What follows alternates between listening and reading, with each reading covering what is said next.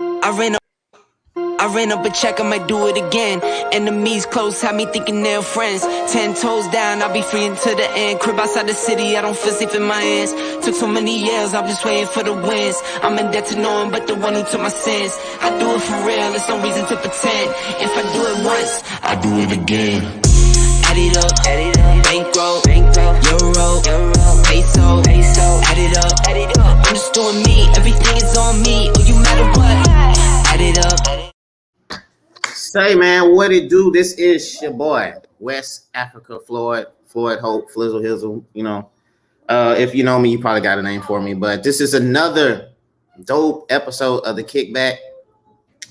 And this episode is about how we can bring the relationship between the police and the community together. So I have someone who is representing herself, not a particular police department, but herself. And we're gonna ask a few questions. We're gonna have some good feedback, and we're gonna have some great understanding. And I hope we all have some understanding after this episode, because you know me, I love dope conversations. So, what's up, Busy? What's up, Lynn? What's up, Kendrick? What's up, Terry? As y'all know, this is the Kikback. So we're finna get into the show, and let me introduce the guest for today. Hold on, let me see if I could bring it up. Miss Haley, what's good? How are you?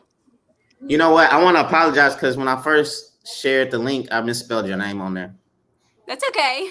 It happens. I was at work and I was trying to do it real fast and all kind. Well, I shouldn't say I was at work, but I was doing something and then I was trying to, do your name at the same time. And people was hitting me saying, "You didn't spell her name right," and I had to. And then you hit me. I was like, "Oh man, let me delete this." So, no big deal. So how you doing today? I'm good.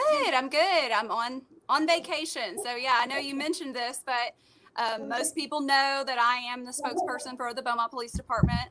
But in this situation here, I am just Haley Morrow, a police officer. So obviously I want to have a great conversation, and nothing that I'm saying is a direct quote or any kind of statement from the police department. Just want to be available and have some good open dialogue. You know, when I told people you were coming on the show, a lot of people were saying how you were cool, sweet, nice. I mean, you was already building up a fan base before I even got on the show. Hey, that's good. That's a good thing. I don't know if you can see some of the comments, but somebody already said that they're already showing you love, and I appreciate you coming on because you're on vacation and everything. I can see the comments. I appreciate it, and the thing is, I am just to tell you a little bit about myself. I've been an officer for about 7.5 years, but I have been a part of a law enforcement family my entire life. My dad is a 20-year veteran, a 21-year veteran. I'm married to a 20-year veteran of the police department. My brother is an 8-year veteran of the police department, and my sister and cousin are both dispatchers. So, law enforcement and community service, public service, serve and protect, that runs in my blood. So it's absolutely nothing for me to take some time out of my vacation because I feel like these conversations are important and they're needed. And if I can just help a few people understand a little bit of a perspective and show that we're human and, just have those conversations, hopefully it can kind of help bridge the gap a little bit. You ever seen that show Blue Bloods? It's funny that you say that because my dad quite literally thinks that he's Tom Selleck and makes us watch portions of Blue Bloods. And, before COVID, we actually got together every Sunday for family dinner. But we're actually all up here at the beach now. So we're kind of having our little Blue Blood reunion up here. But yes, I'm very aware of the show. Yeah, I was working in Corpus. Well, I moved to Corpus and I didn't have cable at the time. And that was one of the only channels I could watch show like CSI, Blue Bloods. So I ended up watching Blue Bloods over and over and over. So it's a pretty good show. It is. It's not bad. It's a pretty good show. So that's what made you want to become a police officer? Because everybody else, was that pressure? No, it wasn't actually. My dad tried to talk me out of it. I was a preschool teacher before, and when I was 18 years old, I rode out with my dad on patrol there in Beaumont, and loved the experience. You know, my dad. I'm the kind of officer that I am because of my dad and the example that he set for me. And really one of the things that drove me to do that, I rode out with him when I was 18, but then I didn't become a police officer until a little bit later, obviously. But I started to see a shift in the narrative and a shift in the societal way that people look at police officers, Mm-hmm. and that was not my observation of being a part of that family for my entire life, basically. And so that's kind of what made me want to do that, was that, like, I'm reading these things and I'm seeing these things and I'm going, that's not how they are. Like, I know these people, I see what they do, I know the sacrifices that my dad has made.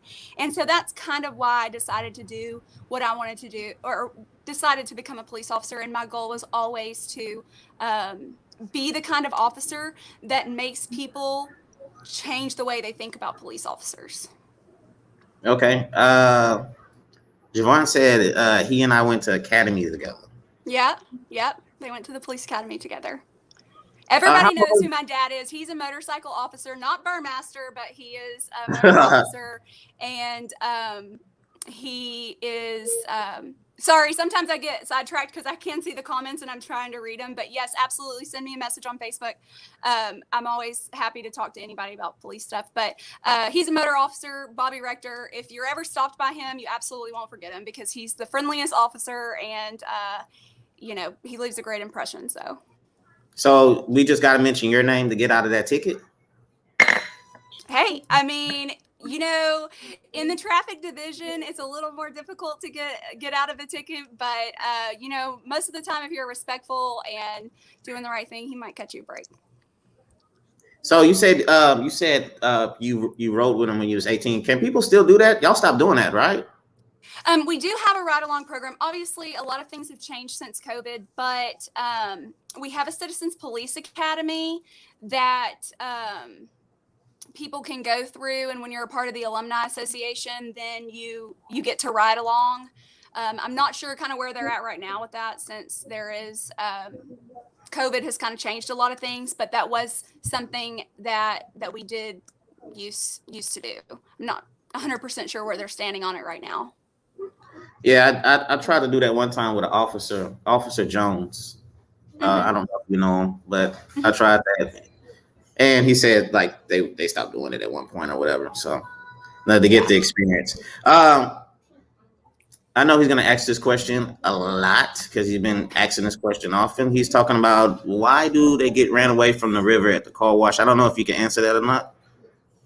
I mean, I'm not quite sure about what he's talking about. When it comes to private property, if a private property owner asks us to make somebody leave, obviously we do help enforce that. As far as the river goes, I'm assuming that's talking about Collier's Ferry Park. Yep. There are specific times that the park hours are open, so it could be contributing to that, but I'm not exactly sure. Okay. Well, let me ask this question, because this is what this is mainly about. What is community policing? So my definition of community policing would be where police officers get to know the people of the community that they're serving. But it also it was driven behind the idea that you assign officers in the same area so that they get to know the people that they're working for.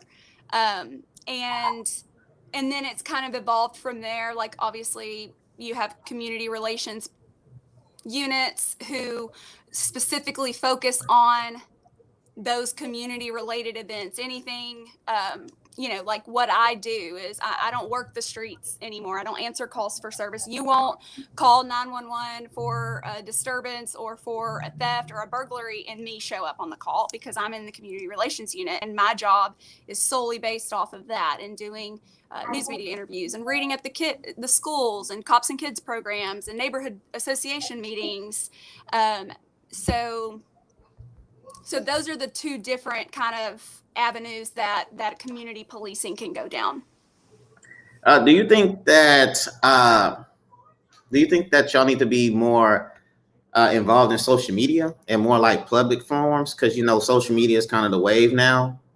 Or is that something that due to like comments and people trolling, y'all just Yeah, don't? so I mean, we do have social media platforms and we use those. Right now I think probably an issue that a lot of police departments are having is a manpower issue, right? Not Mhm. everybody's busting down the door to come be a police officer right now. You can imagine. So some of it contributes to that. And then also social media is kind of difficult. It's difficult to do all the things. I think that more and more police are expected to do a lot more. We're trying to do a lot more. We're trying to show how hard we're working at that. And like I said, we do have social media. As far as forums go now, prior to COVID, because COVID really changed a lot of things, we do a lot of those. Our clergy and police partnership program, they would be the ones who hosted it. We did it at a lot of different churches throughout the city. And unfortunately, they were not very heavily attended. More times than not, we had more police representatives at those meetings than anybody in the community.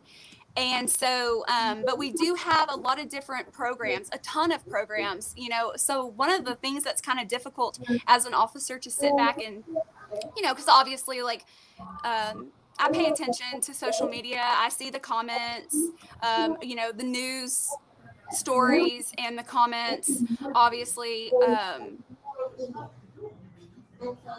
and that can get you down a little bit. And so officers try to kind of stay off of that because it kind of will put us, it's kind of a bummer. But sorry, it's so distracting to see the questions because I try to. Man, I swear those questions be coming. Yeah, they come in so fast. It's No worries. hard. No worries. So, but we do try to make ourselves available. We have done that in the past. I think it's just such a multifaceted issue that it's going to take more than just one forum, more than just one community relations event. It just happens little by little with conversations like this that hopefully help people, with perspective and context. Yeah, I got questions on my own, but people be having questions too, so I'll let them chime in too. But Terry, not Terry, Torre. My bad if I say it wrong, Torre. He said, "What's the best interaction with law enforcement if you're pulled over and you're licensed to carry and your firearm is in the vehicle?" Well, really, it's just that, the idea that any law-abiding citizen should fear the police is just really a lie. I mean, if you're a law-abiding citizen and you have absolutely nothing that you're trying to do, that's fine. If you are licensed to carry and you have a firearm in your car, the way that officers prefer you to handle that is when the officer approaches you and identifies themselves and asks for your driver's license and proof of insurance, that your reply is, I just want to let you know that I have a license to carry and my firearm is in my vehicle. And most of the time, the officer is going to ask you where your firearm is. It's on my person. If you're licensed to carry, then you know the requirements that you are supposed to meet. Like your firearm can't just be sitting on the front seat. It has to be concealed or in a holster on your body. And when you tell the officer that, that's fine. Because the way that I look at it as an officer is that if you're telling me that you have a firearm, that's a good thing for me. That's a good thing for me. And so that's gonna let me know that you're more than likely not going to do any harm to me. Y'all are hiring, is that correct? We are hiring. Yes. You know how many people y'all plan on hiring? Are y'all that short? I don't know. Yeah, I don't have specific numbers. I'm sorry, but yes, we are hiring. We typically hire about twice a year. Oh, really? Twice a year? Mm-hmm. We usually hire in conjunction with the police academy that runs from January to May and August to December. Do you need a sponsor to be in the academy? So when the police department is hiring for, we hire for two different things. We're either hiring a cadet or a certified police officer. So if you already have a peace officer's license, then you would be applying as a certified police officer. If you do not have a peace officer's license, then you would be applying as a cadet, meaning that you are wanting Beaumont PD to sponsor you. We pay your way to go through the academy, and then contingent upon you completing the academy, you have a job with the police department, with Beaumont Police Department. So that's how that works. But you can go through the Lamar Institute of Technology Police Academy without a sponsorship. In fact, I did it because at the time that that I got hired on, you had to have either 2 years of military experience, a certain amount of college hours to be a Beaumont cadet, and I did not meet that requirement. I did not complete college, so I had to pay my way, and I put myself through the academy on my own. And then once I completed the academy, then I applied to be hired on with Beaumont as a certified peace officer. I see the question from Mike, and that's a great question because in the state of Texas, you can carry a firearm in the car, concealed in the glove box. For me, I would still say that. I would still, you don't, okay, I'm not licensed to carry, but officer, I do have a firearm in the glove box. And again, that lets me know that, you know, you're being safe. You want me to be safe. It's great. So if you have a firearm in the car, the best thing to do is just let the officer know. Okay. Sorry, my daughter wants some paper so she can color. Okay. There was another question that I said. Oh, I guess it was Mike's. Do you think, speaking for yourself, do you think Beaumont police officers deserve a raise? So that's kind of a loaded question. It's not necessarily that they deserve a raise. So, like I said earlier, there's a national trend right now where police officers or police departments across the country are just struggling to fill positions. And to give Beaumont as an example, so in the city of Beaumont, we've got several different plants, right? And people make more money at the plants than they do as a police officer. You know, just like anybody who's thinking about doing whatever job, you look at the benefits of the job, right? The pay, the insurance, retirement, things like that. And so when you talk about pay, that's something that makes people want to do the job, right? So if a police officer in a small town near this area can make more money than a police officer in the city of Beaumont, then they may apply at that place. So that really just comes down to competitive job marketing, really.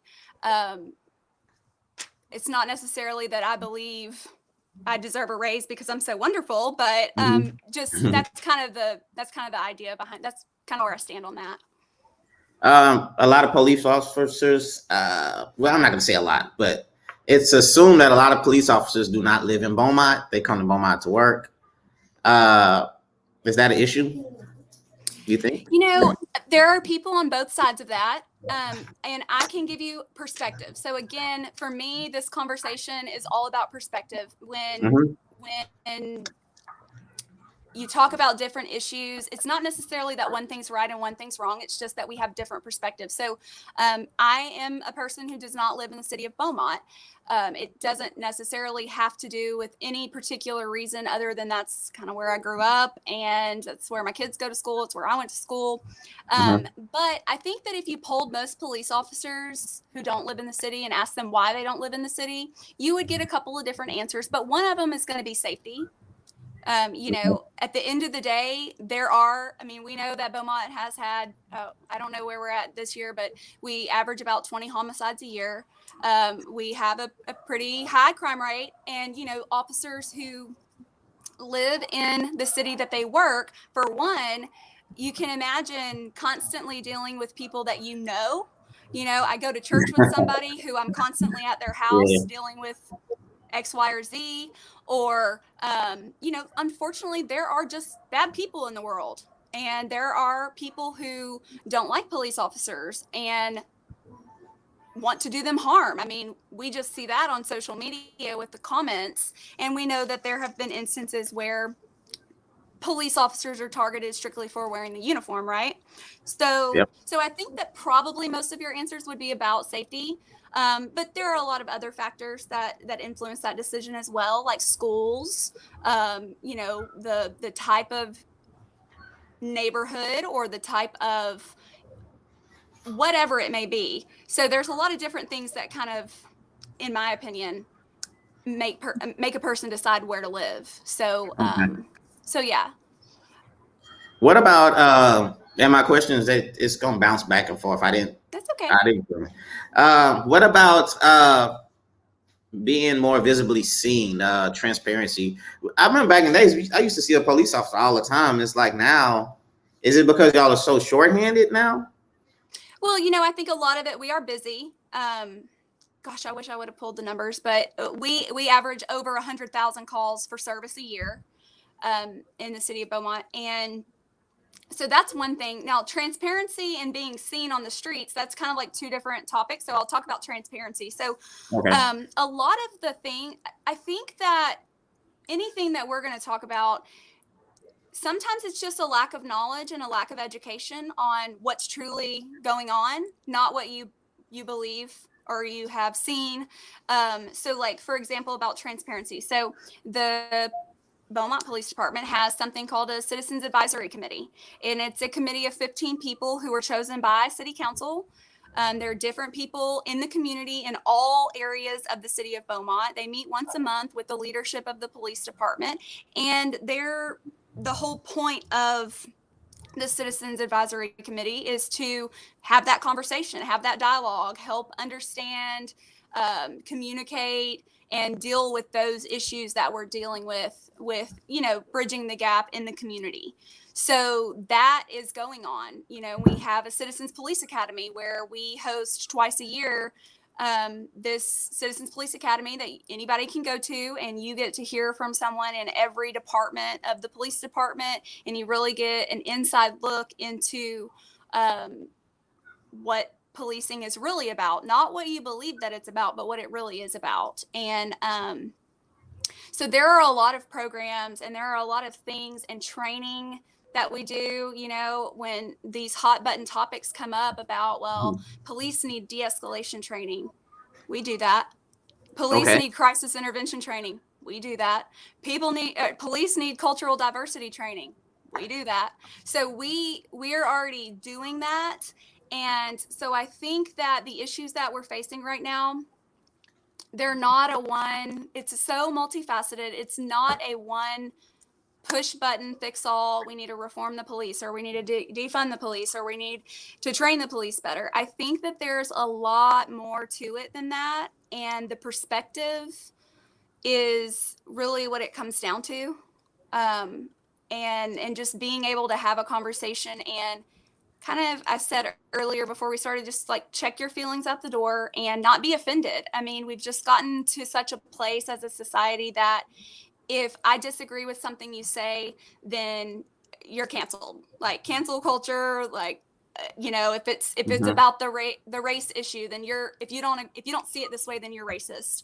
When that's not it. It's just perspective and it's context. Okay.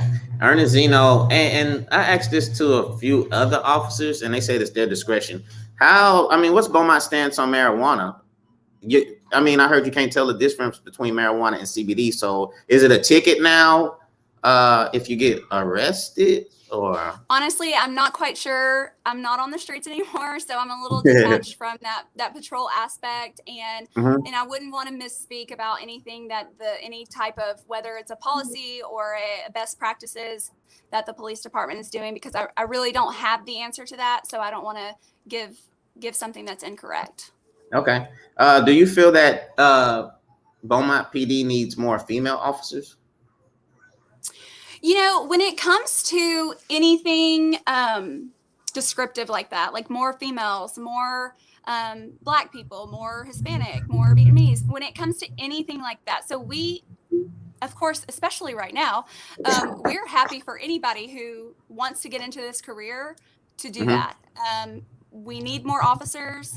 And so really, to me, what it comes down to is requirements and standards. So there's a standard for you to become a police officer. There are certain things that you have to do, certain crimes that you can't have committed, a certain time frame if you have committed or been convicted of certain crimes. So, and those requirements are, I believe they're state mandated, if I'm not mistaken.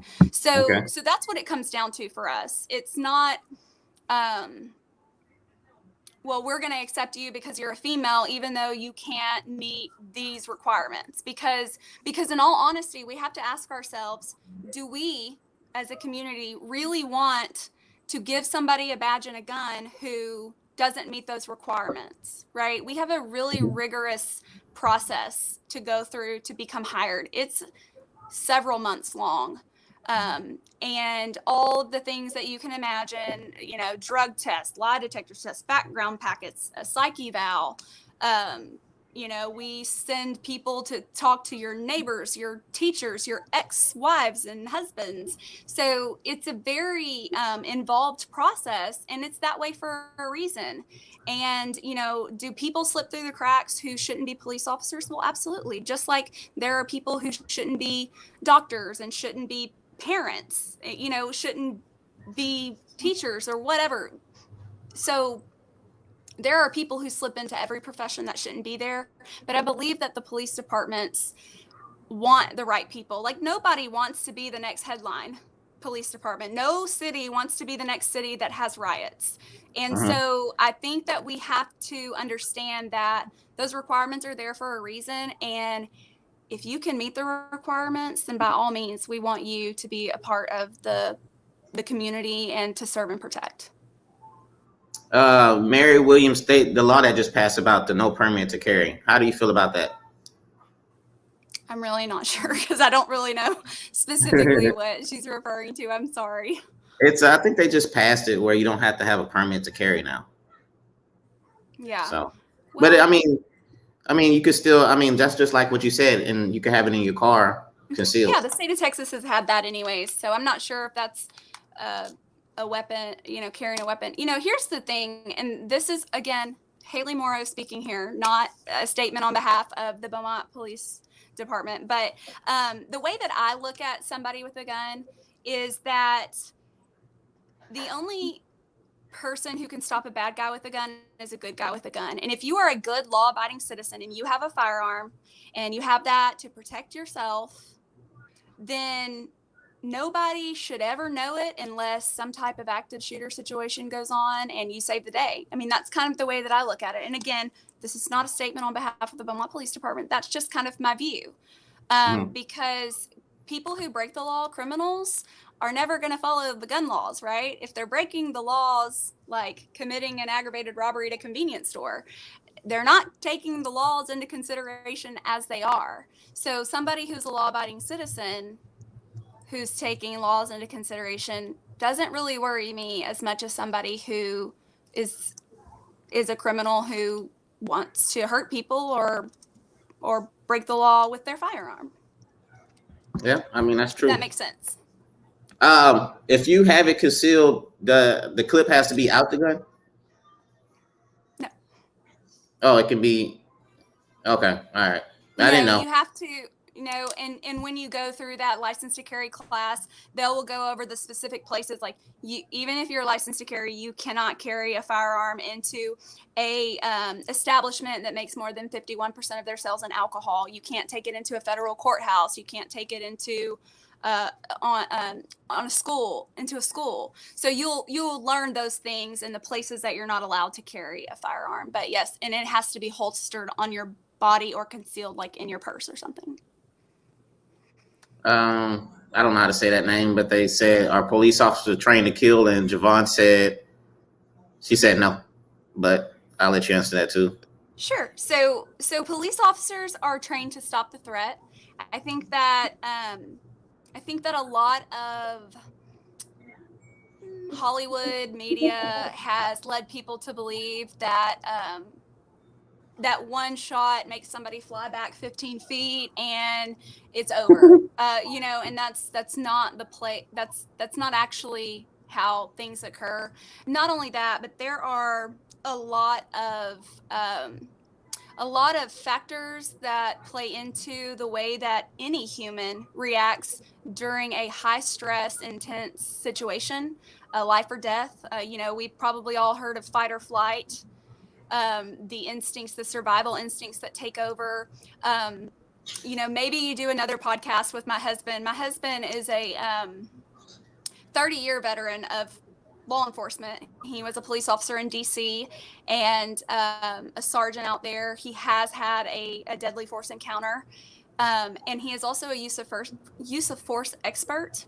I'm mesmerized every time I hear him talk because he can give you statistics and tell you what happens to your body and your brain when you have a high stress life or death situation, how many seconds it takes your mind to realize that the threat has eliminated and to stop the actions that are in motion. So that's like a whole nother topic.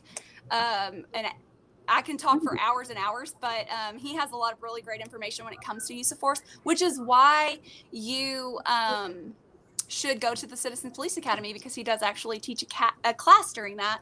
So there's a lot of different things, but no, the short answer to that is no, police officers are not trained to shoot to kill. I think also the misconception that we are expert marksmen is out there, and it's not. Pretty much no one stands in a deadly force encounter. Nobody is standing straight on. Movements happening, things are unfolding rapidly, and so it's not, what people think of when they think of an officer-involved shooting.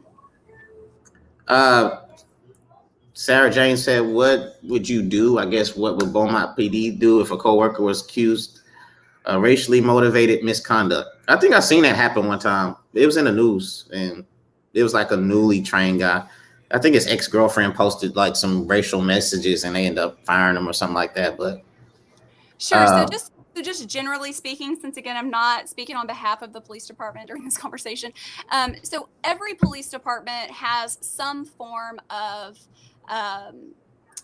internal affairs per se. So any type of complaint or alleged complaint obviously is investigated. I think that, again, about perception, there is a misperception that the police department is a blue wall of silence and that we are continuously sweeping things under the rug to try to prevent anything, looking bad. And the truth is that the police department, we police ourselves more than anyone. More complaints and investigations occur because of internal inquiries, if that makes sense, than just a citizen filing a complaint, So I can promise you that nobody hates a bad cop more than good cops. They give us all a bad name. You don't, to give you an example, the medical profession is responsible for over 200,000 deaths from medical error each year, right? And that doesn't mean that every time I go to the doctor, I'm distrusting of that doctor because 200,000 people died because of a medical error, right? But as police officers, in my opinion, we are one of the only professions where we are all judged based off of the poor actions of a few.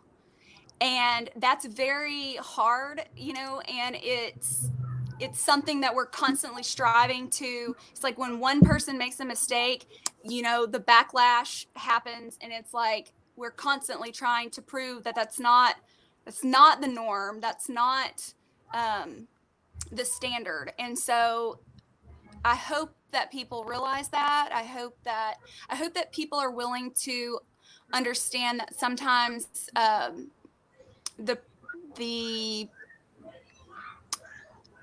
way that it's put out is not the majority. Okay. That makes sense. How well is opinion how well are they trying to diversify Beaumont PDs and that want to, that apply? Are we trying to diversify? I mean, I'm not saying are we trying to diversify, but how actively are we trying to recruit minorities to become police officers? So it broke up a little bit, and if I heard bits and pieces, but you're asking how like Beaumont Police Department is trying to diversify, or Yeah, right? yeah. So I don't know specifics about what every single unit is doing within the department. We do have a recruiting division, a training division, and a recruiting division that goes and does all the job fairs and talks at the schools and does all those things. But again, I would just go back to the same thing about females, is that the requirements are what they are. And of course, anybody, we're putting billboards on cars. We're putting signs up. We've had signs at college and I-10 that we're hiring. We put stuff on social media. We put stuff on the city website. So we're just like anybody who's got a job opening. We're trying to get the word out and get the message out that we're hiring. I can't speak specifically about targeting certain demographics, but I would say that we're always hiring. I mean, we're hiring. We are short. We have been. And I think that there's not a police department that wouldn't accept as many applications as possible from anybody, Black, white, Hispanic, male, female, whatever your gender or ethnicity is. Another thing. This is a question. This is like, okay, I want to ask a question. So let's just say I'm walking down the street. Officer tells me, he pulls up and he says, "Hey, what are you doing?" And I'm like, "Why?" And he says, "I received a call of somebody suspicious in the neighborhood. Is there a way we can go check to see if that's an actual call?" Because a lot of people think like police officers use that excuse to justify themselves of, talking to you or asking that question. So is it like a call log we can ask y'all about or go to the station?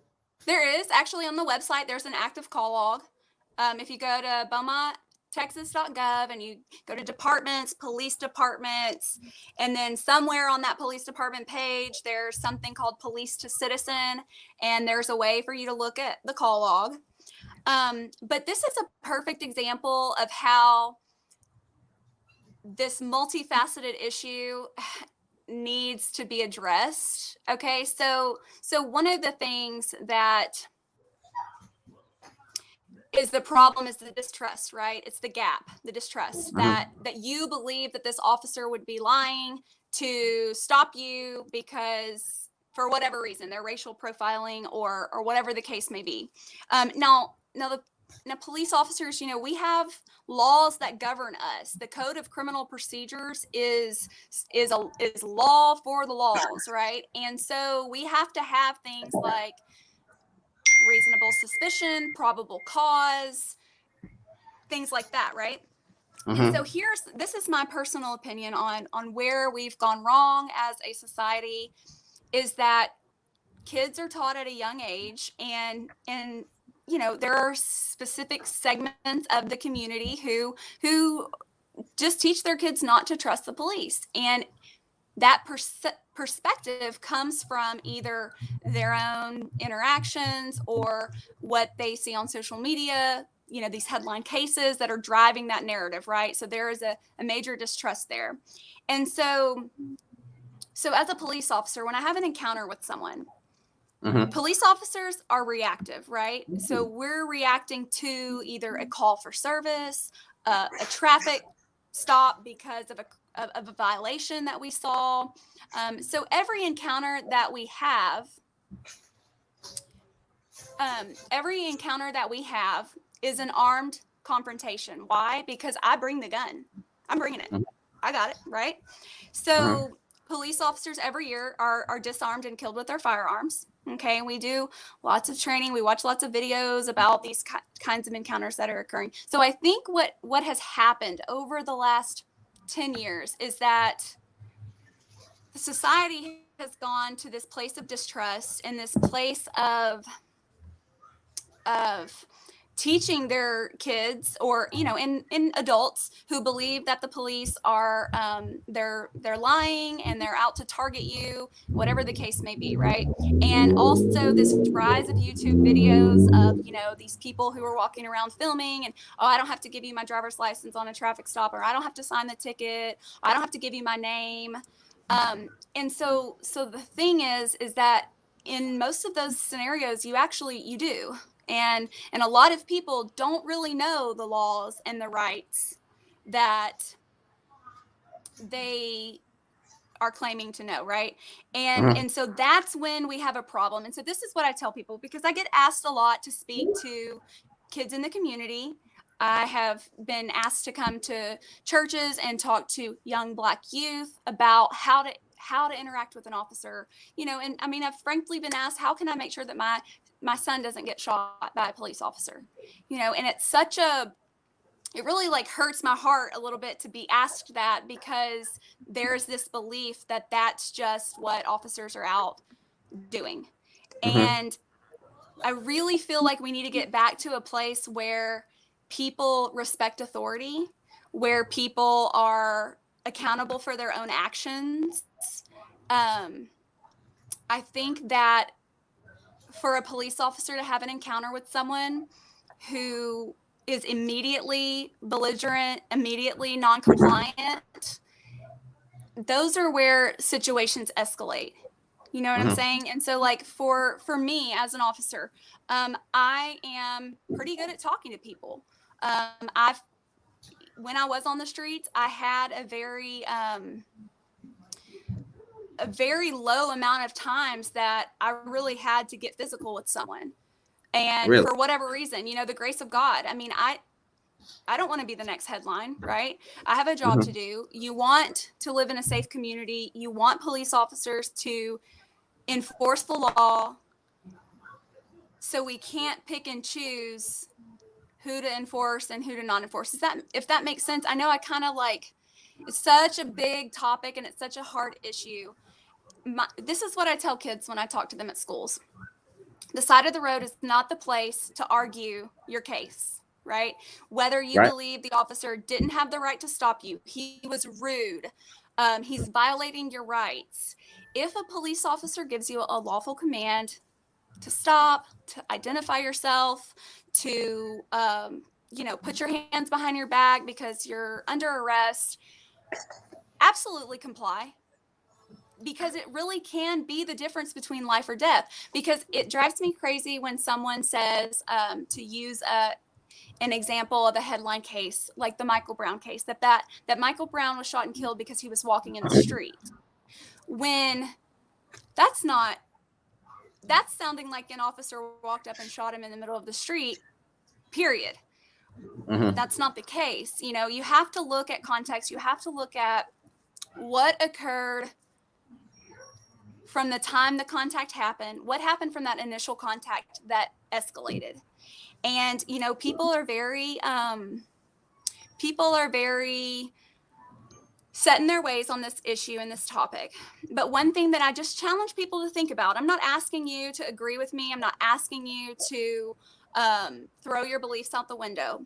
But if you look at a lot of the major headline cases, if the person, the victim of the case, the headline name that we're, all the names that we are aware of, right? Had that person complied from the very first encounter, the very first part of the encounter, would we be in the position that we were at when a deadly force encounter occurred? It's something to think about. I'm not saying that that there are not errors that occurred or there are not ways that things could have been done differently. I'm just saying that it's not just on one side. And I think that as a society, we have to get back to the basics, because it's not just a lack of respect for authority with police. Like, we're not just some bullies who, if I'm the police and I said this, and if you don't listen to me, then you're going to jail, right? It's not about that. It's just about that the laws are the laws, and when I'm here to enforce it, it applies to you also, right? And so if we could get back to the place of teaching our kids to respect authority in all aspects. I'm talking about teachers. I'm talking about parents. And I think that that's where we've gone wrong. And then it's just really turned into this whole, like, the police are the problems. I'll give you an example. I used to work an extra job at a local skating rink on Saturday nights. Okay. And I worked it for a couple of months and I quit because I got really tired of having to break up fights between 12 to 15-year-olds. And of course, when you're dealing with juveniles, there's a whole lot of laws when it comes to juveniles. That's just a lot of work. It's a lot of paperwork. And so for the most part, it was really just a matter of calling parents and saying, hey, you need to come pick up your kid because they got in a fight and the owners want them to leave. Well, I got really tired of actually, when trying to break a fight, having the fight turn on me and having to wrestle juveniles. And then when their parents get there, being cussed out and told that I'm racist because I'm making them come pick up their kid. Or my other favorite is, well, what did you do to the other kids? Not that I'm going to discipline my child for something they shouldn't have done. And so I think that, like I said, it's just, there's so many different issues that we are where we are because of a lot of different things. It's not just the distrust with the police department, but also the culture of glorifying gang, drugs, violence. That's in video games, movies, rap songs, for lack of a better term, gosh, I can't even, how do I say this without using curse words? Hating the police, right? The F12 narrative, that's popular. I mean, I drive the pink police car and we let people sign it last year, and somebody wrote F the police on the police car, and so that's just such a,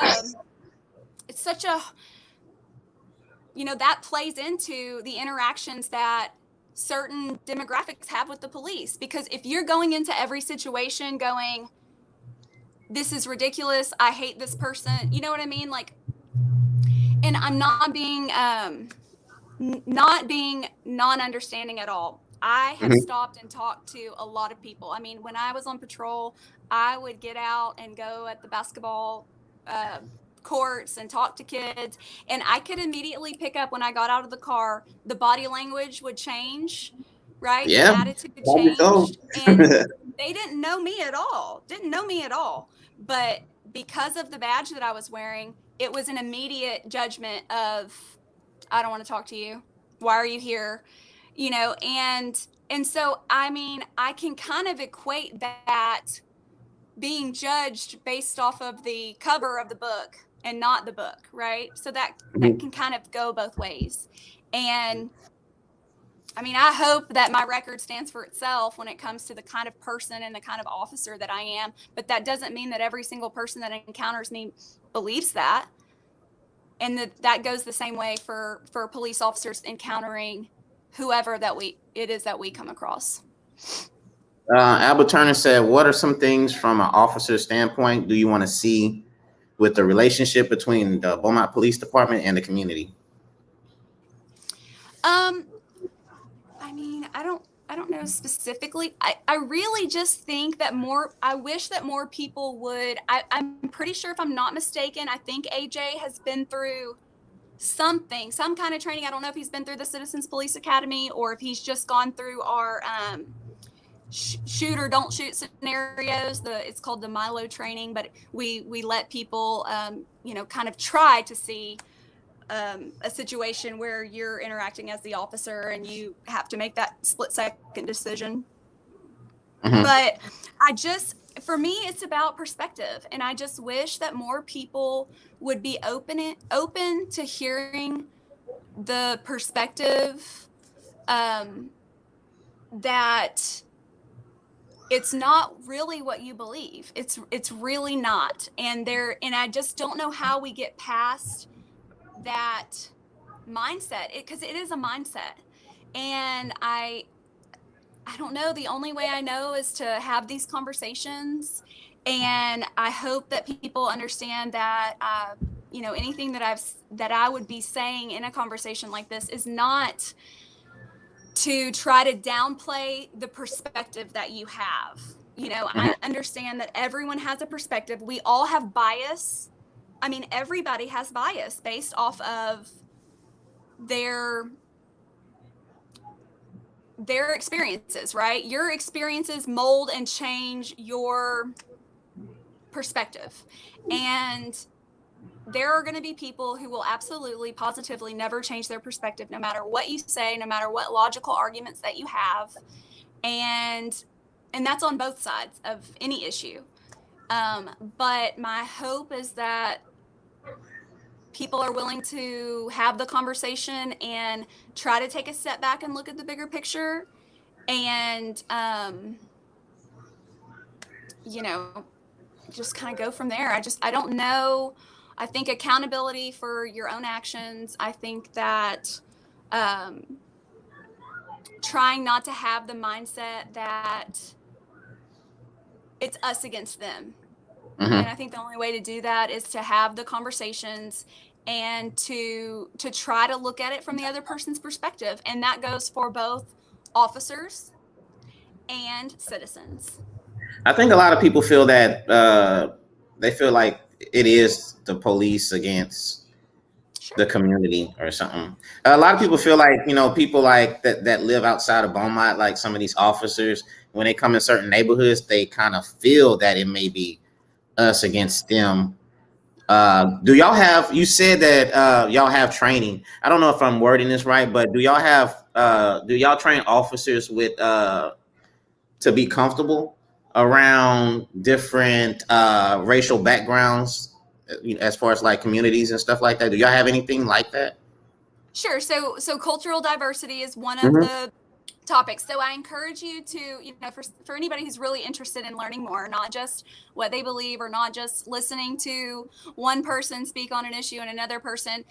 So there's a lot of good information on the internet. So TCOLE, the Texas Commission on Law Enforcement, is they're the people who mandate and uphold police officer certification. So when you go through the LIT Police Academy and you're being certified, is that once you're certified and you take that test, TCOLE certifies you. Well, police officers, so we are required, our training cycles for the state mandated cycles are 24 months. They're 2 years long.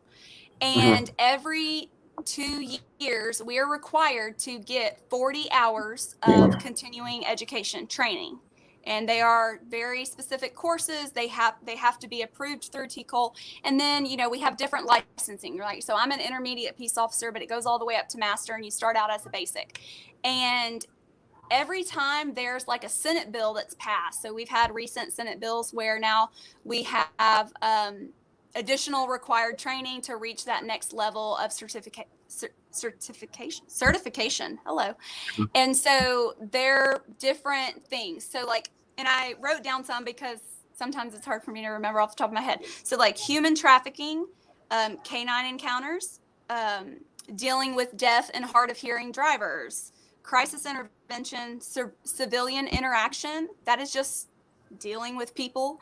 100% of our job is dealing with people, right? Cultural diversity, de-escalation, racial profiling. Those are just some of the core required courses. And then there's hundreds and hundreds of specialized training and additional training that we go through. So if we're required to get 40 hours every 2 years, our department officers get 80. We are well above the national, or not the national, but the state required training. And so we are absolutely getting that training. We implement it. And I see the question about how is the training impact measured. Mm-hmm. I'm not quite sure how to answer that because I don't know how you measure it. I mean, I'm sure that we'd be open to suggestions, but I really believe that in the city of Beaumont, we have a really good relationship with the community.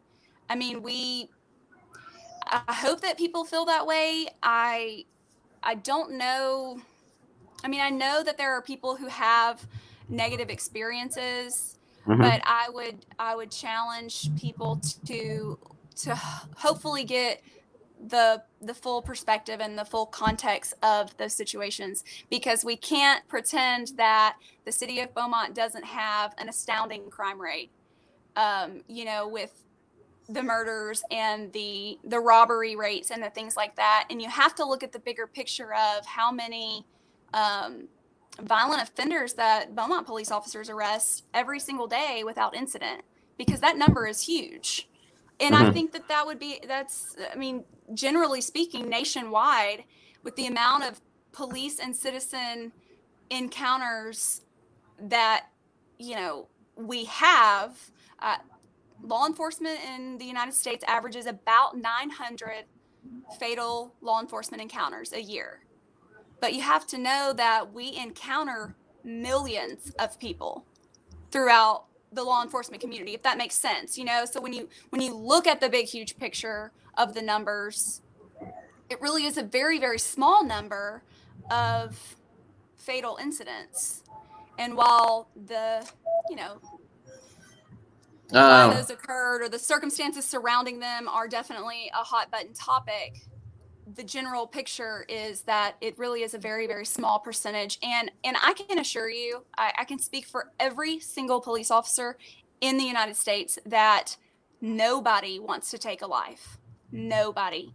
These officers who are in these headlines, any of them who have had a deadly force encounter, I can assure you that it is something that haunts them. The PTSD, the suicide rate for police officers is astounding. For To give you an example of right now, there have been 46 officers killed in the line of duty, not counting COVID, this year, and 46 officers have committed suicide. So it is definitely not an easy job, and so that's just kind of. let me ask a question. Somebody said the questions are being dodged. No, the questions is not being dodged. I have my own questions, and it's 100 questions going through the thing, and I have about 30, 40 questions people are inboxing me and texting me.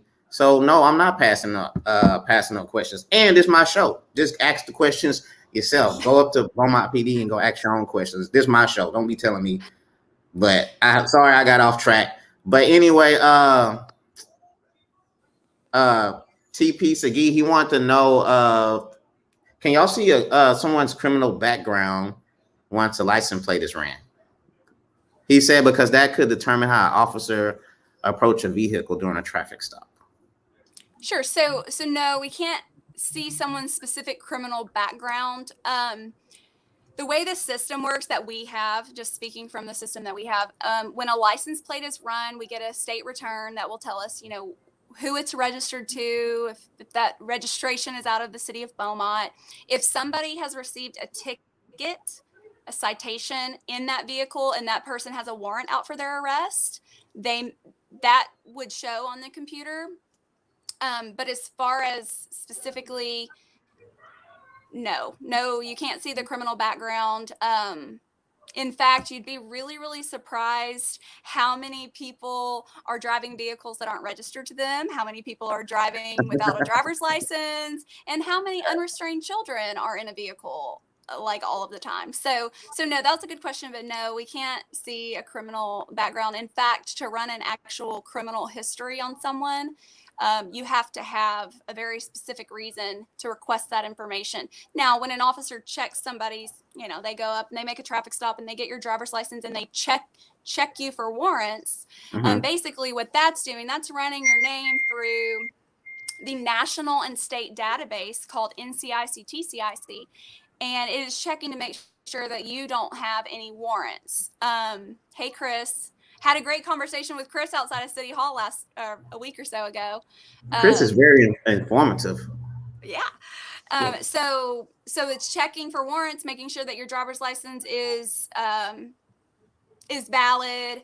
And so that's how that works. But it's actually not checking you. The officer does not actually know what your criminal history is. Okay. Yeah, we always thought that. I always thought that too. Like if they ran your license plate, boom, they could find out everything, even if you have bad credit.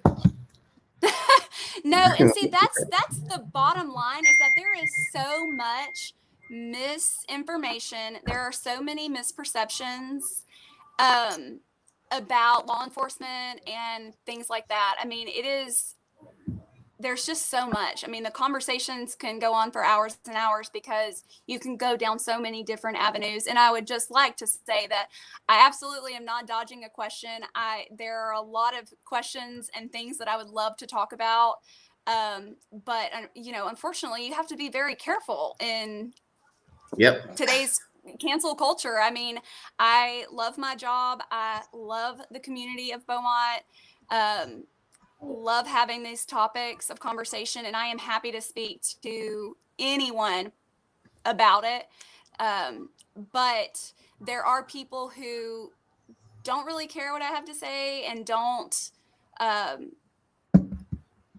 believe that I'm being honest or being genuine about it. And unfortunately, that's kind of the mindset that holds us back from moving forward. And just hopefully there are people that are happy to have those conversations. So, quick question. Sure. Can you tell the difference between a taser and a gun? Weight-wise? I know this question was going to be asked. So yeah, I can. In a very real situation sitting right here, if I was holding one and the other in my hand, absolutely. But you know how earlier I talked about my husband and his experience as a use of force expert? Yeah. He would be the person that you would want to ask this question to, because he can give you a lot of really great information. But what happens to someone when they're in a very high stress, life or death type situation? Weapons confusion can happen. I know there's something recent that occurred. And again, I don't ever give opinions on those types of cases, because I like to see all of the facts and not just the ones that are shown in the media and on the internet. But yes, weapons confusion can happen. And I would probably go back to the beginning of what I said earlier about compliance and how important it is. If you would rewind that scenario to the beginning, when the initial lawful order is given, had the person complied, would we be where we are today? And it doesn't change the fact that a life was lost unnecessarily. But can we put blame all on one person or one profession for that? And I believe that there are a lot of cases that are similar, where lives are lost and there are things that several different people could have done differently that would have changed the outcome. Deadly force encounters are, in my opinion, they're a series of unfortunate events that occur that lead to that outcome, where 9 times out of 10, compliance could have prevented all of that. And I know that there are mistakes that occur. I'm not saying that there haven't been situations where it's like, how in the world could that have happened? And it's tragic and it's senseless. But I hope that we can get to a place where people can understand that, and that if we can start instilling that in our children, how important it is to respect authority in all aspects, and stop looking at police as somebody who are just trying to jack you up for no reason, and understand that it's a job. Everybody wants to go home at the end of the night, and we want everybody to go home at the end of the night, not just us. And it's not us against them at all. I can assure you that every single police officer who responds to a call, and you have to also, when you talk about context and you have to look at the demographics of the area that you're living in, you know, in the neighborhoods. If it's a majority of, to give you an example, me as an officer, if you look at my arrest record, you know, I was only on the streets for 2.5 years. I haven't made an arrest in over 5. But if you look at my arrest record, the number of Black people that I've arrested versus the number of white people that I've arrested would be largely disproportionate. Well, why? Because as a patrol officer, I was assigned to the north and south ends of Beaumont. And just demographically speaking, those have higher numbers of Black people. And so it's not, but could somebody take those numbers and say that I'm racist? Well, sure they could, you know? And so you have to kind of, and context is everything. Context is everything. We can't stop at, well, Floyd, if you don't mind, when we talked before the interview started about those numbers that I was talking about, do you mind if I kind of go into that? Yeah, so, like, it's all good. One of the arguments that I hear a lot, you know, back and forth, and I don't make a lot of comments on social media because it's really just, I'm not going to argue with a stranger who really doesn't care about my perspective, but I will make a comment if it's somebody that I know. I will agree to do an interview or talk to someone who I believe is really, truly looking for answers and is not afraid to maybe be open-minded about looking at the big picture. So the arguments that we hear a lot that you probably have heard if you pay attention to these topics is that statistically speaking, police officers kill more white people every year in law enforcement encounters than they do Black people. And if you stop at that, then yes, that's accurate. But then you hear your next argument is that, well, if even though police officers kill less Black people each year than they do white people, Black people make up a much smaller percentage of the population. And that's accurate as well. So then, okay, well then now that makes sense. And then you have to look at the numbers of the types of crimes, the felony or violent crimes that are committed, and the race of the people who are committing those crimes, or a majority of those crimes. So then when you go back to that aspect, knowing that violent and felony encounters or crimes are going to elicit an encounter with a police officer more than likely, now you're looking at that statistic, and that makes sense. And then I'll often hear that mass shooters are usually white and police officers have no problem taking them into custody without incident. And so statistically speaking, absolutely, the numbers are that more mass shooters are white than they are other races. And the FBI actually puts out a report every single year. It's on their website about active shooter incidents, and they break them all down and they give great statistics and where they occurred and who the victims were and who the offenders were. So those numbers are out there, but you have to look at the full context. And then you have to look at when the officers arrive during those shooting incidents, what occurs. If somebody's thrown their gun on the ground and they're laying down with their hands on the back of their head, they're not going to be arbitrarily shot by a police officer, you know? So there are just so many different factors and circumstances, you know, and the things that unfold there are police officers are reactive to. And so I just caution people to just take full context. And I really think that if we can get back to the basics of respecting authority and not going into it with the mindset that it's us versus them, that it can really change a lot of where we are today. Do y'all all have body cams? Yes. Well, so like I don't, because I don't do anything like that. But yes, all of the police officers,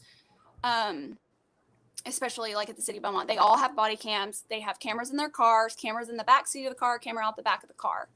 And you know, it's always rolling when we're having any type of enforcement action.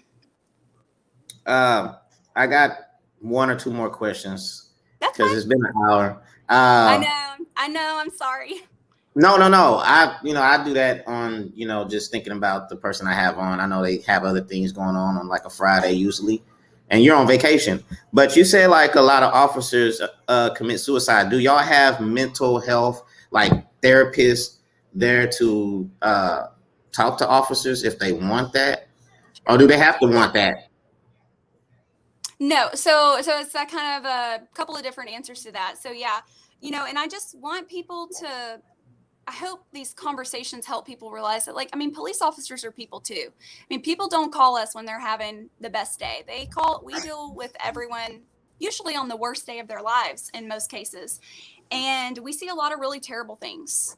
It is very challenging mentally, emotionally, spiritually, physically to deal with those things. And so we have a lot of different avenues. So one of the things that we have at our department is called, of course, it's going to slip my mind now, but yes, we get free counseling for any kind of issues. And it can be anything. But then also when an officer is involved in a critical incident, and it could be anything from an officer involved shooting, when Sheena was killed in August of last year, that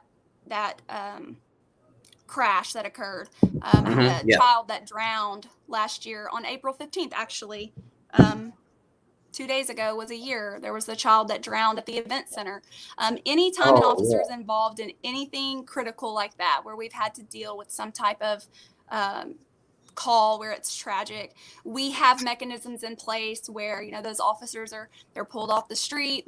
We have a peer support team that's run by other officers, and anytime there's a critical incident, an officer will get a peer support officer. They get to choose who they want it to be. And then we have some other things that they go through to, they may get a couple of days off to just decompress. And then we have something called Fit for Duty, where they go through an evaluation to make sure that they're ready to come back to work. Let me ask you a question. I remember that drowning situation.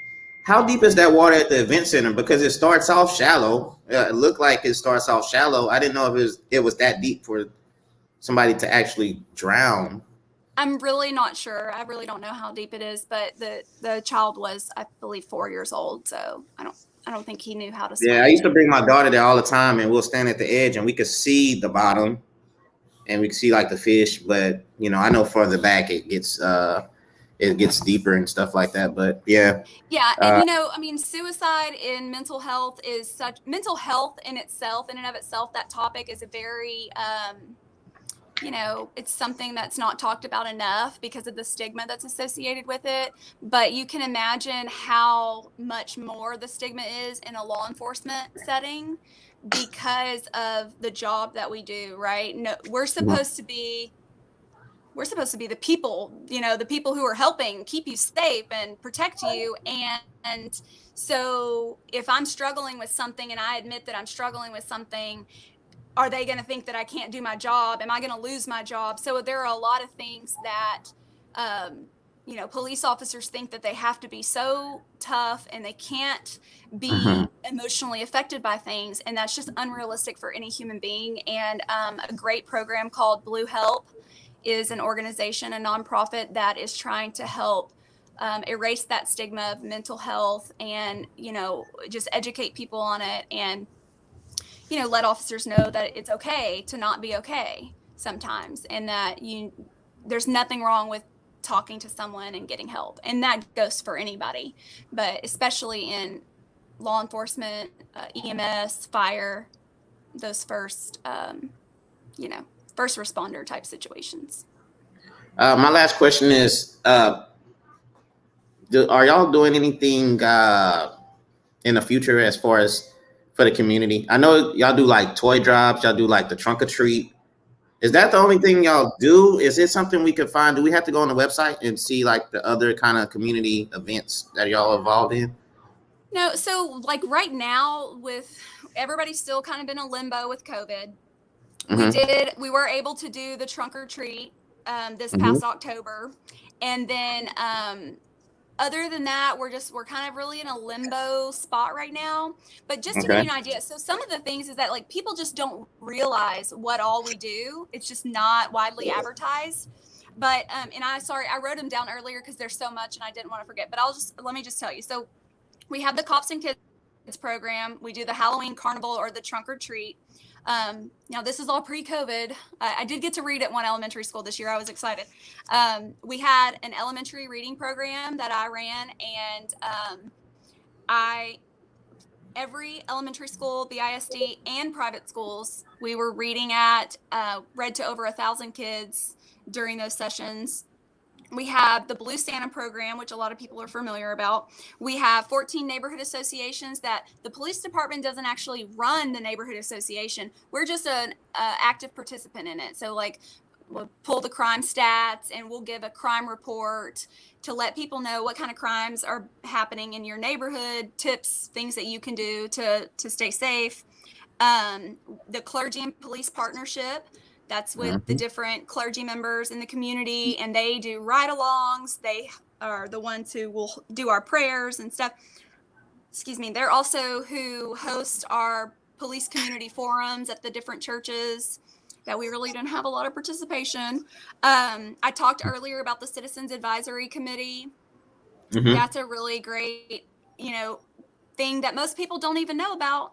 But those conversations are happening. The Citizens Police Academy, I talked about.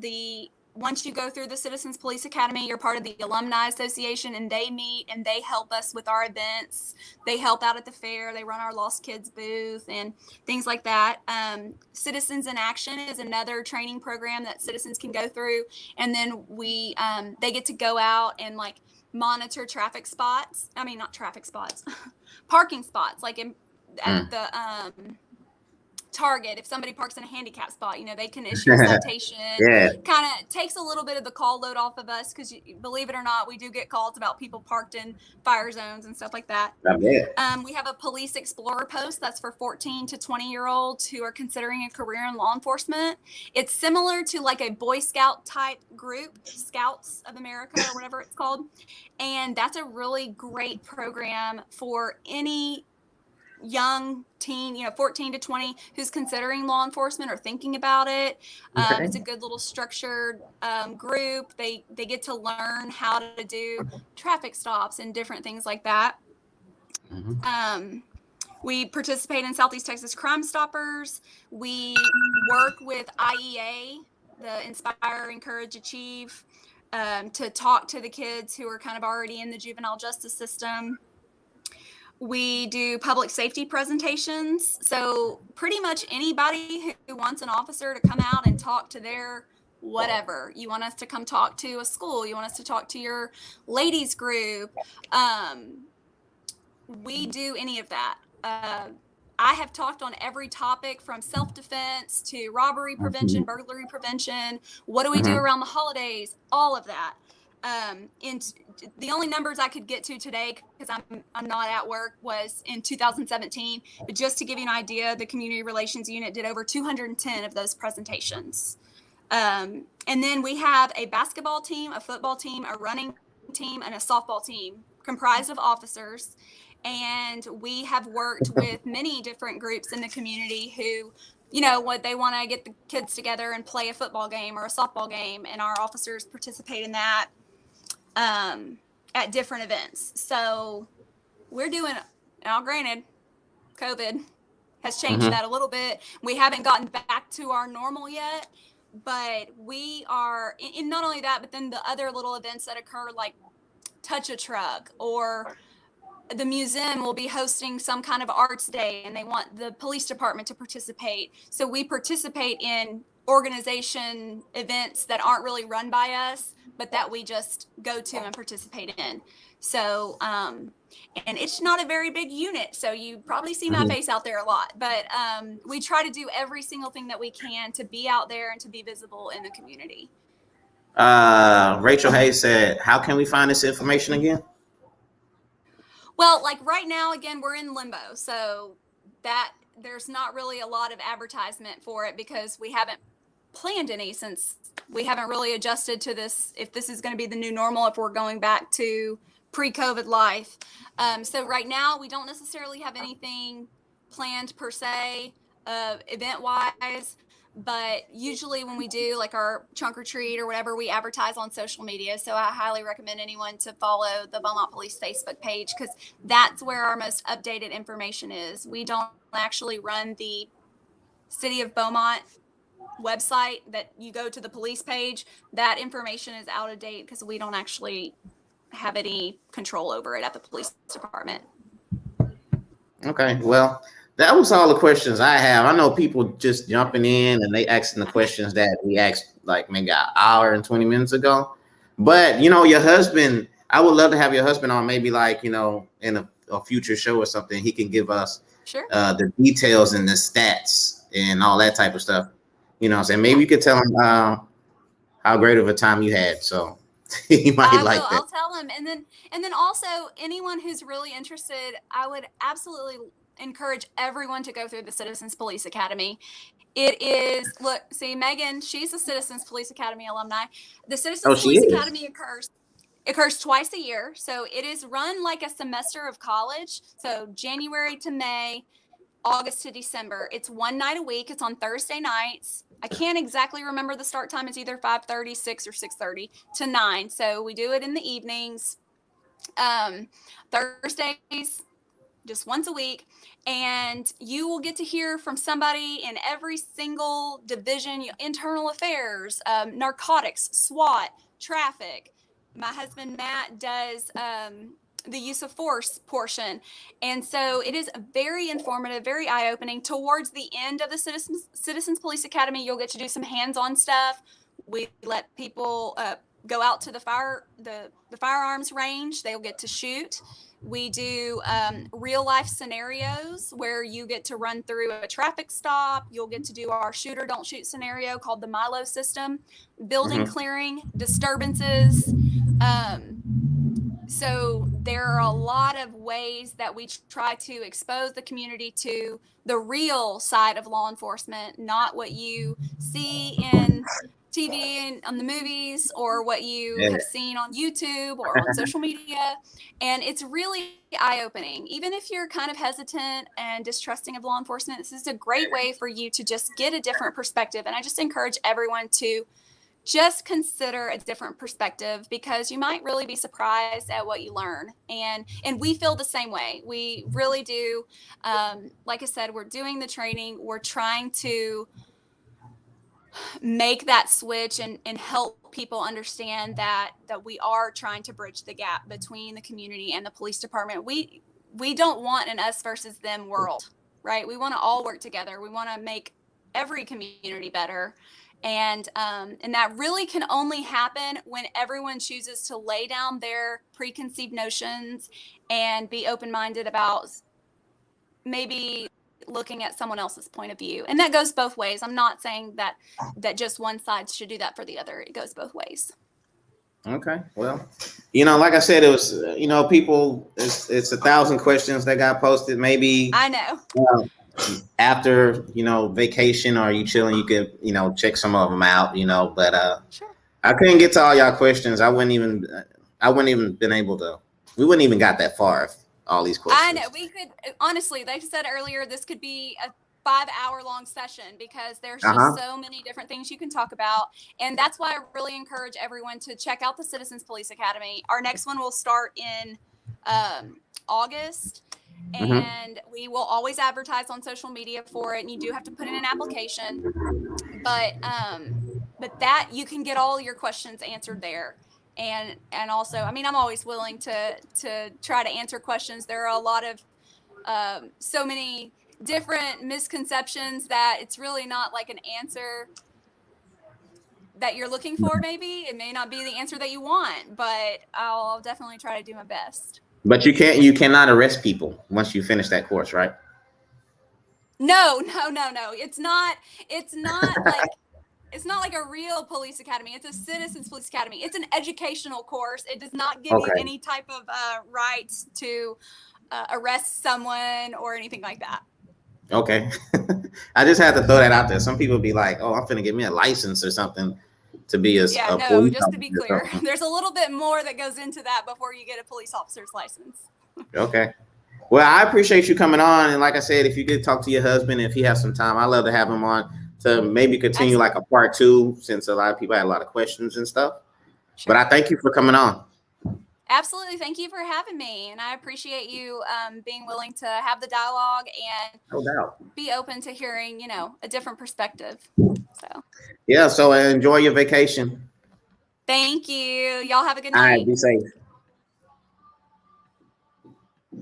All right, so look, that was our show. Look, I couldn't get to all y'all questions, man. And some of y'all questions was super duper spicy. That was like, not disrespecting y'all questions, but I had questions too. I write my own questions. I had like 30 questions of my own, and I let some of y'all questions chime in. So, I wasn't avoiding no question, but I got to take care of my business first, because this is my show. I got to ask my questions first.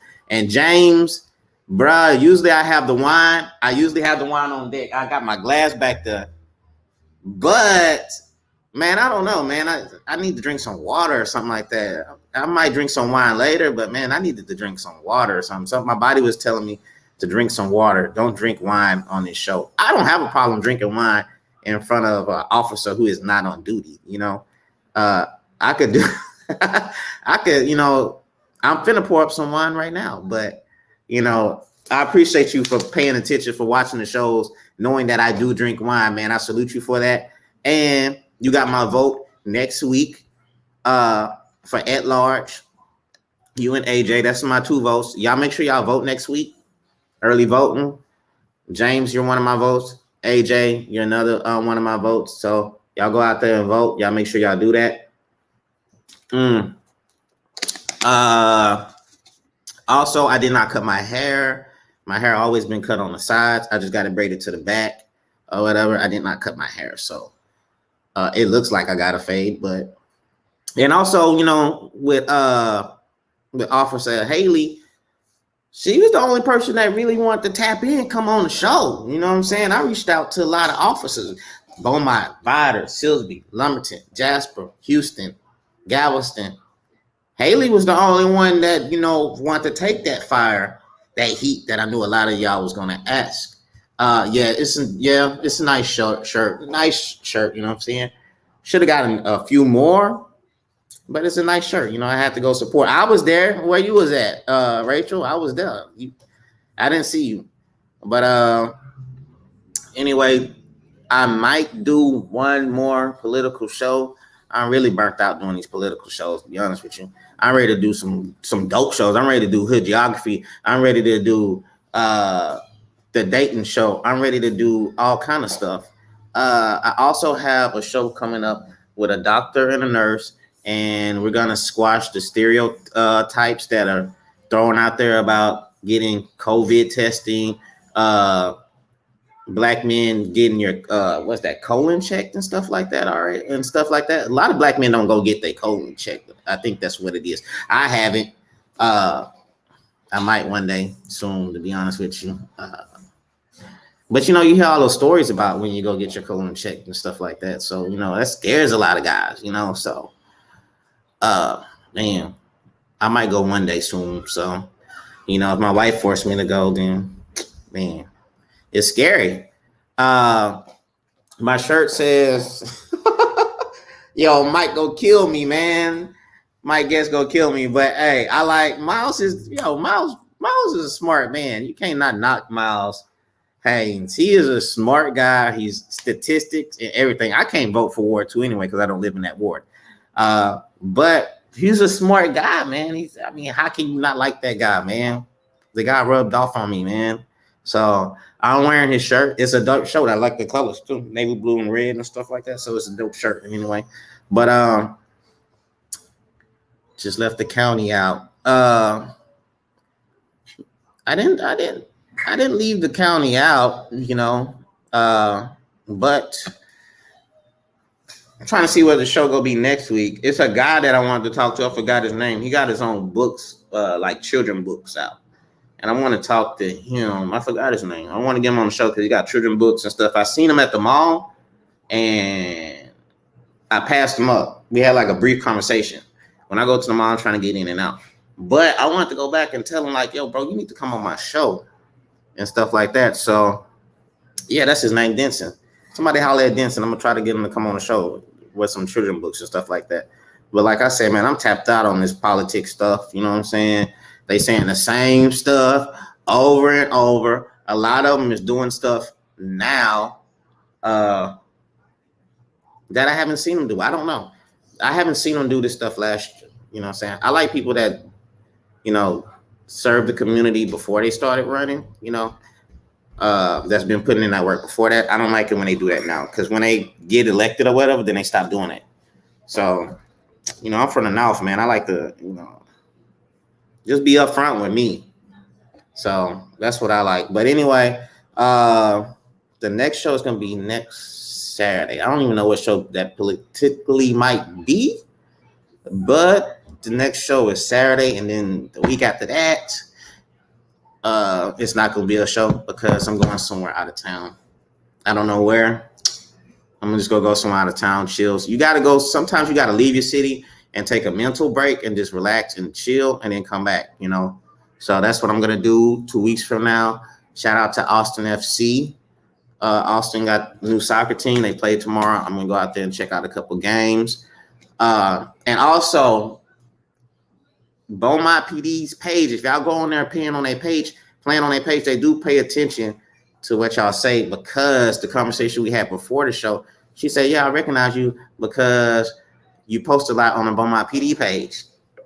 But I like to troll them, you know what I'm saying? I like to troll or whatever, but, they do watch or whatever. So just like Chris said he's going to stop saying F the police.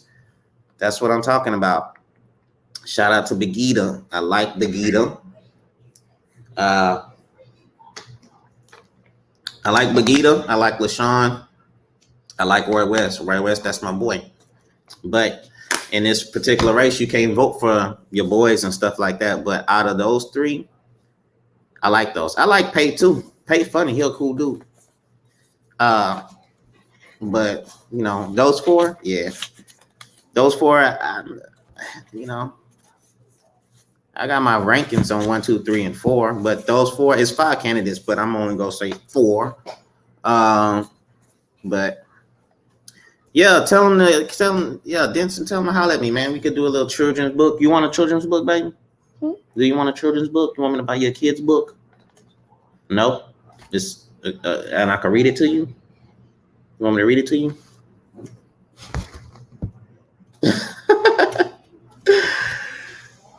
But what you got on your head? What is that on your head? But anyway, man, that was the show. I'm finna get up out of here. It's been like an hour and 30. I started it early because, I want to chill too. So I'm watch some bootleg movies, sip some wine, and the book Dad said yes. Okay. Yep. I'm gonna have to see if he at the mall. I don't know if he was at the mall lately, but I'm gonna have to go by there and check and see if he at the mall and get one of those books. But I appreciate everybody for tapping into the show. Like I said, the next show is probably gonna be Saturday. It might be Saturday. Also, what's up, Mitch? Man, happy birthday, Mitch. I text you happy birthday, and you just looked at my message. You didn't even respond to it. I felt slightly shaded when you didn't text back. Because I was like, happy birthday, big bro. And you looked at it, and I felt. Everett, you scared to come on the show, bro? I can send you the link right now if you want to come on the show. But also, when I went to Miles Hayes' function at the Beaumont Airport on Keith Road, they're actually doing something tomorrow. I think it's from 12 to 5. You can bring your kids there. They're flying like 50 planes around there or something like that. I think it's gonna be like free food. It's gonna be all kind of stuff out there. And so I'm gonna take my daughter, wife, and we go check it out. We go check out some planes and see what they're talking about. Mike, I feel slightly shaded too, bro. You know what I'm saying? You used to hit me up every day, Mike. You used to hit me up every day. Now you bread pockets getting fat, pockets is getting super fat. I don't hear from you, you know what I'm saying? So, I feel slightly shaded, you know what I'm saying? So that's how I feel about it. But it was canceled. Abby Lynn, do you know what I'm talking about? Is the event Saturday at the Beaumont Air thing, was it canceled? Oh man. Well, we can't go see the airplanes tomorrow. It got canceled because of the rain. We got to go somewhere else.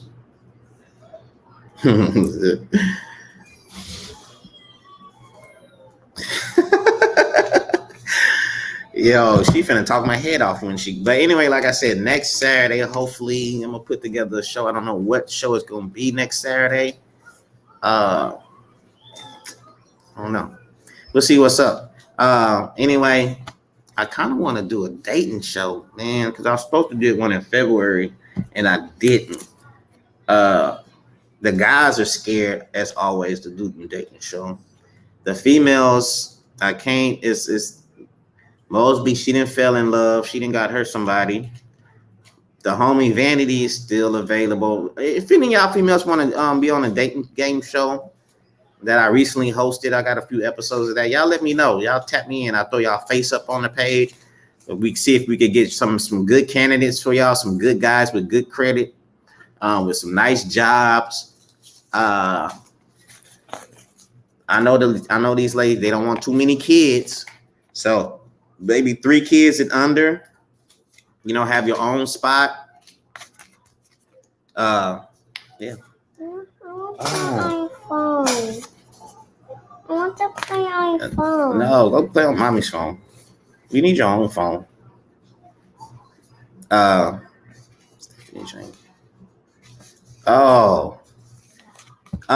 So like I said, if y'all interested in being on a dating game show, y'all let me know. I need like maybe 3 of y'all, and y'all could tap in, shoot the messages out there to the guys. Hopefully we can get some good guys out there, and we can make that happen. Chris, you're a difficult guy to deal with, man. I don't know if I can have you on there. See, you look what you just said.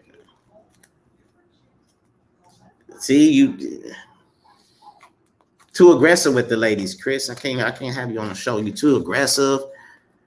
You know what I'm saying? You be wilding, bro. You wilding. You know what I'm talking about. When we was at the function, at the thing, you was wilding. You was on go at that function, at the forum. You was on go. You know what I'm talking about. You was on 100% go.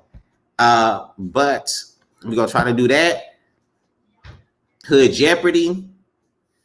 I got the spelling bee thing coming up. Shout out to my girl. She won a spelling bee. She had a trophy and everything. But we gonna get back to those shows, man. We gonna get back to the shows that we was having fun. Now that this politics stuff is over, you know what I'm saying? We finna have some fun in the summertime. We finna wild out. Shout out to Jeep Gang 409 Jeepers. That's what's up. Yep, Mike. That's why you cannot come on. You can't, because last time, Mike, I had you on the show, bro. You was doing all kind of extra stuff on the show. When you come on my show, you got to be focused on the show. You can't be having people come through and hollering at them people while you doing the show. You need to schedule time out to do the show. You can't be doing a show and then somebody roll up and then you go walk to that person car and then your Wi-Fi is bad and then we lose a signal and then you come back and all that. You got to be committed to that 1.5 hour on the show. You can't be wilding out doing all that other stuff. You got to, when you come on my show, you got to be fully dedicated to come on the show. You can't be doing all other stuff on the show. This is professionalism at its best. This is one of the top podcasts in Texas and Louisiana, Arkansas, maybe in America. This is one of the top podcasts in America. Top 20 for sure. One of the best podcasts in America, North America, maybe in the world, to be honest with you. This is one of the top 20 podcasts in the world. So when you come on my show, you got to be fully dedicated, okay? Put your phone on vibrate and all that type of stuff. When you do that, then you can come on the show. Whatever, but I'm finna get out of here. I'm finna sip some wine. I appreciate y'all for tapping in. Y'all be safe out there. Y'all enjoy the weekend. Thank you, Mitch. I just got your text. See? Feel good now. It's good. But like I said, man, y'all be safe, man. I'll see y'all in next week or something like that. So I'll holler. Thank you again, Officer Haley, for coming on the show. Maybe I can get your husband to come on the show. He could break down stats, statistics, and all that kind of measurements. And we could do this. Maybe we could do this once a month or something like that. Beaumont PD, maybe y'all need to holler at me. We could do this once a month.